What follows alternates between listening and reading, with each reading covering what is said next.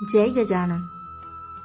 श्रीकृष्णजी म्हणतात की ज्याला तुमची पर्वा नाही अशा व्यक्तीच्या पाठीशी उभे राहण्यापेक्षा एकटे राहणे चांगले।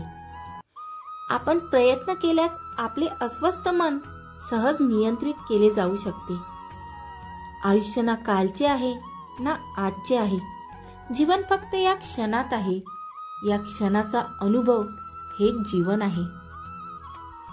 माणसाचे पतन जेव्हा सुरू होते तेव्हा तो आपल्या प्रियजनांना खाली आणण्यासाठी इतरांकडून सल्ला घेऊ लागतो। श्रीकृष्णाने खूप चांगली गोष्ट सांगितली आहे। ना हार पाहिजे ना जीत पाहिजे। जीवनात यशस्वी होण्यासाठी आपल्या माणसांची साथ पाहिजे। माणूस चुकीचे कार्य करता वेळी उजव्या डाव्या पुढे पाठी चारही बाजूला बघतो, पण वर बघायला मात्र विसरून जातो। तुमच्या मनाला जर तुमच्या ताब्यात केलं नाही तर ते एखाद्या शत्रूप्रमाणे काम करायला लागेल। लक्षात ठेवा, फक्त समजावून सांगून वाईट लोकांना समजले असते तर बासरी वादकाने महाभारत कधीच घडू दिले नसते। भगवद्गीतेमध्ये असे लिहिले आहे की जेव्हा एखादी समस्या उद्भवते तेव्हा त्यासोबतच एक उपाय देखील जन्माला येतो। जर तुम्ही तुमचं लक्ष्य मिळवण्यामध्ये पराजित झाला तर तुम्ही तुमची रणनीती बदला, लक्ष्य नाही। माणसाची प्रतिष्ठा, वंश, वैभव या तिन्ही अहंकारामुळे निघून जातात। विश्वास बसत नसेल तर रावण, कौरव आणि कंस यांचा अंत पहा। भगवद्गीतेमध्ये मनुष्याच्या नाशाची 6 कारणे आहेत: झोप, क्रोध, भीती, थकवा, आळस आणि काम पुढे ढकलण्याची सवय। क्रोधामुळे माणसाची बुद्धी भ्रष्ट होते आणि भ्रष्ट बुद्धीमुळे तो स्वतःचेच नुकसान करून बसतो।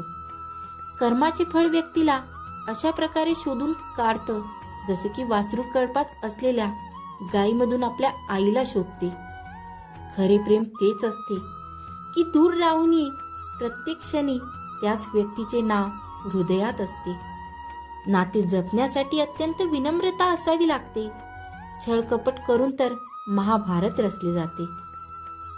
जर देव तुम्हाला वाट पाहायला लावत असेल तर तयार राहा। तो तुम्हाला तुम्ही मागितल्यापेक्षा जास्त देणार आहे।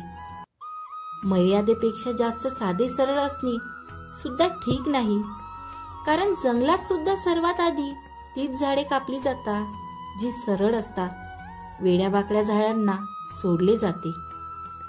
राधाने कृष्णाला विचारले, प्रेमाचा फायदा काय आहे?